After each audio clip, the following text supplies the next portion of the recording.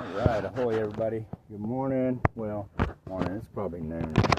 But today's project, of course I've been on a couple this morning already, but we're going to do this is my Dinghy Anchor.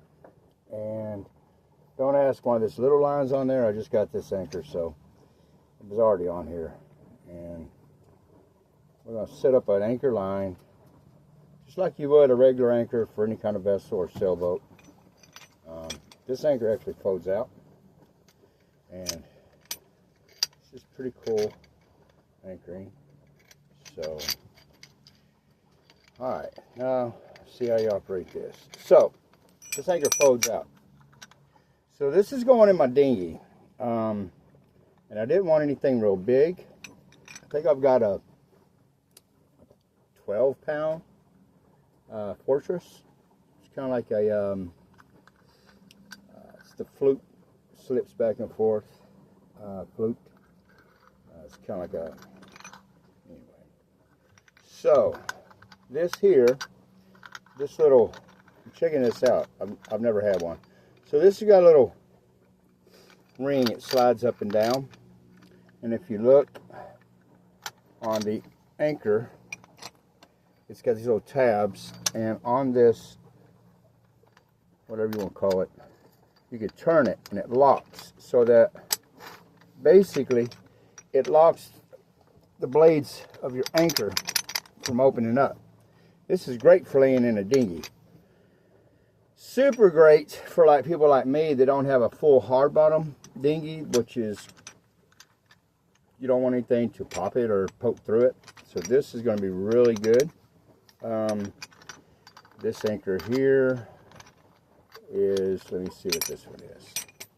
So, and it also will slide all the way down to the bottom, and you turn it and it won't slide back up to close your flukes. Okay,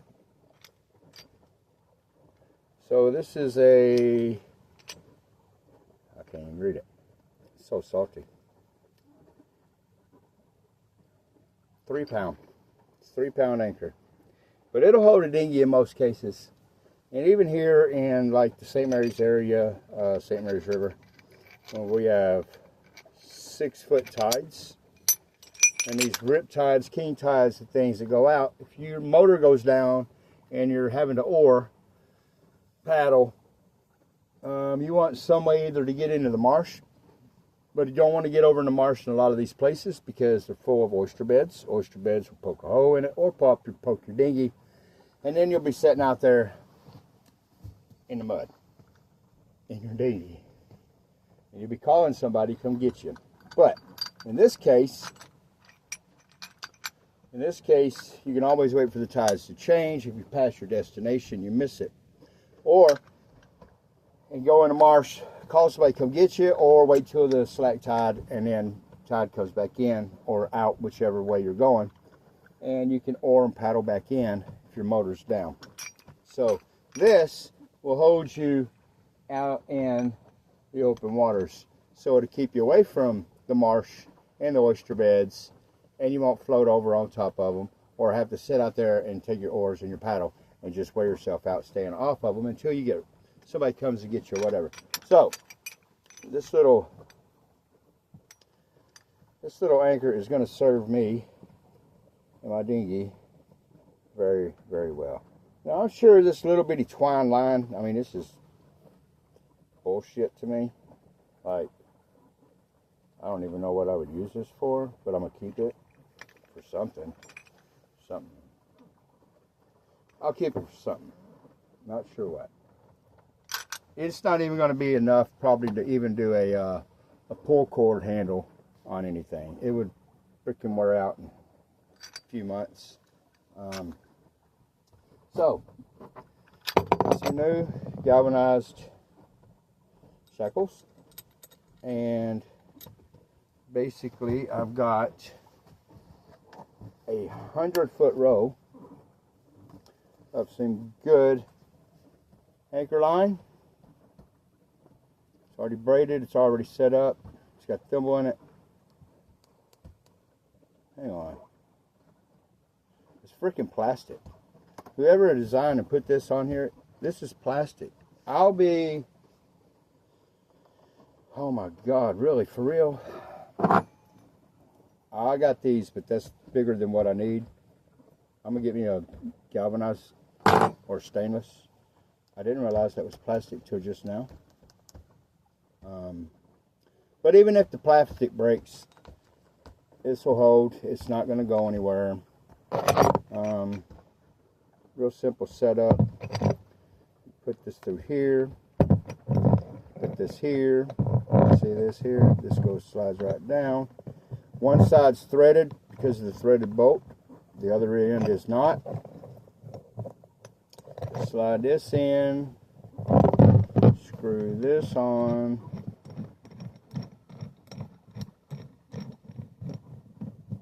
As soon as I line it up. Line up. There it goes. Alright, slide that on. Now, if you're new to sailing, or even if just anchors period, it don't matter if you're a freshwater fisherman, you need an anchor on your boat. You don't learn from the sailors, because sailors have to deal with doing under a lot more. You want to tighten that down really good. Okay, you want to tighten this down really good. Get it good and tight. Try to get this straight up and down with your shackle, as close as you can. Now, there's a reason why. Alright, got it. Okay, so now this is one of the most important parts about putting shackles on any kind of anchor, because like living on sailing stuff, and y'all, I live on the anchor. I don't do docks. I stay on anchor. Been doing this 5 years.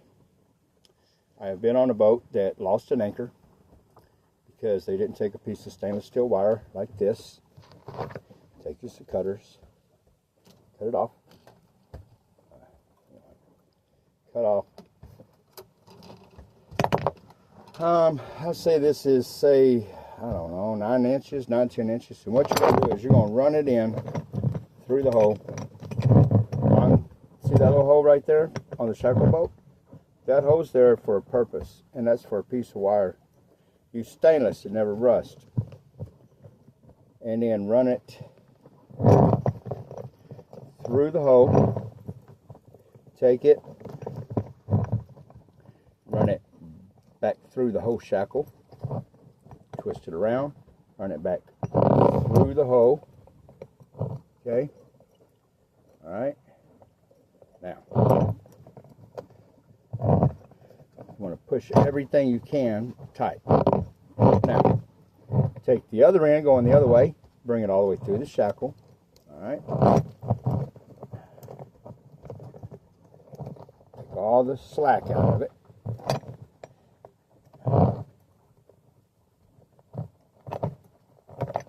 Out of both ends.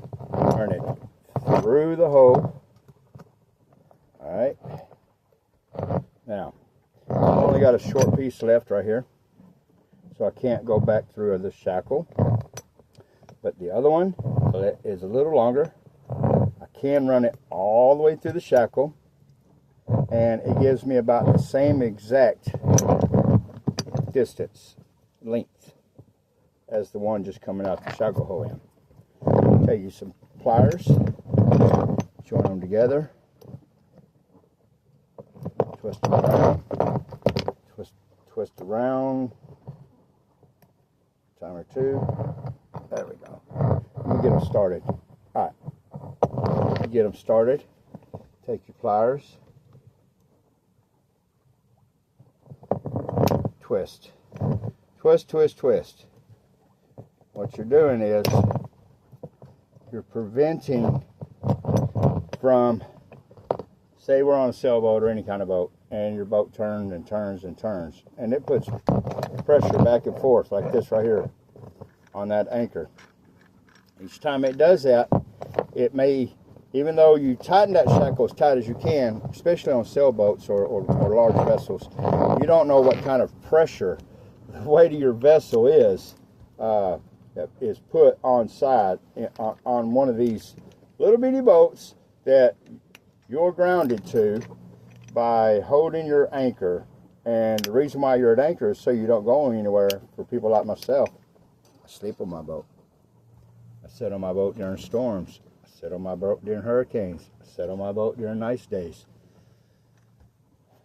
Not always when you're inside the sailboat can you tell what's going on. I don't always have my anchor alarm on and going.